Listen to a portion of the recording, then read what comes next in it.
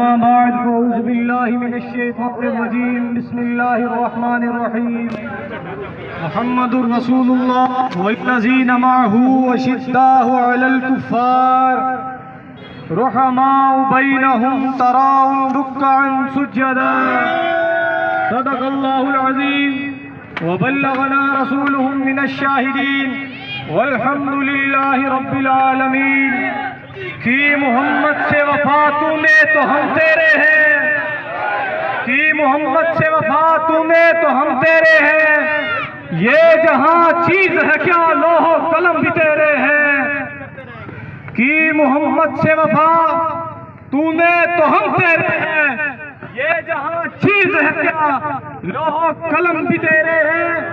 نماز اچھی، روزہ اچھا، حج اچھا، زکوٰۃ اچھی، مگر میں باوجود اس کے مسلمان ہو نہیں سکتا جب تک میں کٹ مروں میں بدخواجہ بطحا کی حرمت پہ خدا شاہد ہے میرا ایمان کامل ہو نہیں سکتا۔ معزز سامعین، میں نے آپ کے سامنے آیت مبارکہ تلاوت کی۔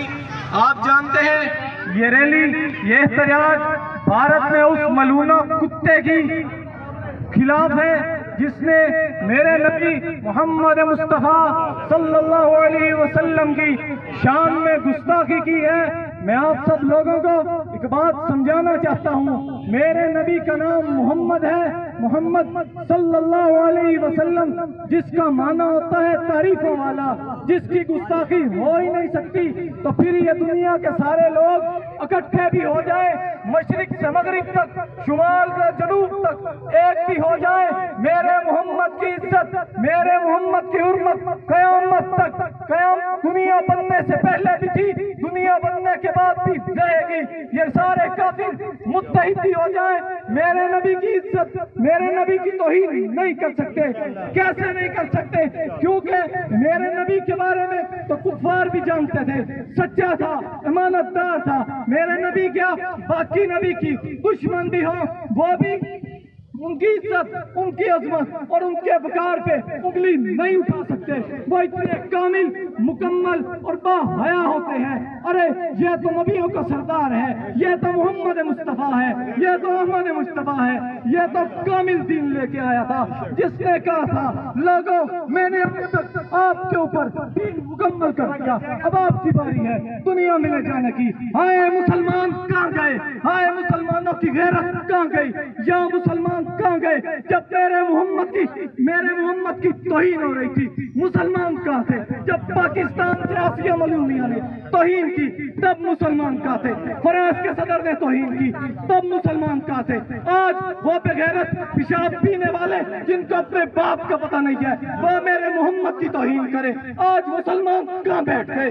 غیرت مر گئی ہے، لیکن میرے رب نے کہہ دیا ان کی توہین ہو ہی نہیں سکتی۔ پوچھنے والے نے پوچھا کیسے توہین نہیں ہو سکتی؟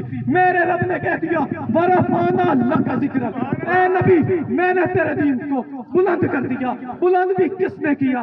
جو سب سے بڑا بلندی والا ہے۔ بلند بھی کس نے کیا؟ جو سب سے بڑا بلندی والا ہے۔ سب سے اونچا بھی کس نے کیا؟ جس کے سب سے اونچا ہے۔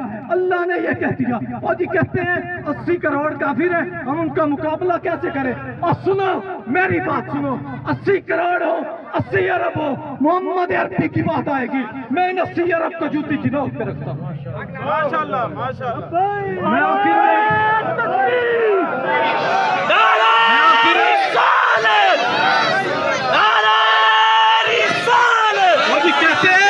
کہتے ہیں ڈر گئے،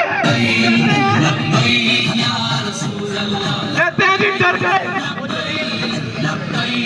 کہتے ہیں جی ڈر گئے، ہم نہیں ڈرتے، لاؤ گولیاں سینے حاضر ہے۔ محمد عربی کی عزت دنیا میں نہیں رہے گی، ہمیں جینے کا کوئی حق نہیں ہے، لاؤ گولی مرنے کو تیار ہے۔ اللہ کی قسم اٹھا کے کہتا ہوں تمہاری گولیاں ختم ہو سکتی ہیں، تمہارے تیر ختم ہو سکتے ہیں، اس مسلمانوں کے سینے کبھی ختم نہیں ہوں گے۔ کہتے ہیں اسلام اسلام امن کا درس دیتا ہے کہ لیبیا میں مسلمان مر گئے، اسلام امن کا درس دیتا ہے کہ فرانس میں گستاخی ہو گئی، اسلام امن کا درس دیتا ہے کہ بھارت میں پیشاب پینے والے نے جس کی باپ کا پتہ نہیں ہے گستاخی کر دی، اسلام امن کا درس دیتا ہے، اسلام امن کا درس دیتا ہے۔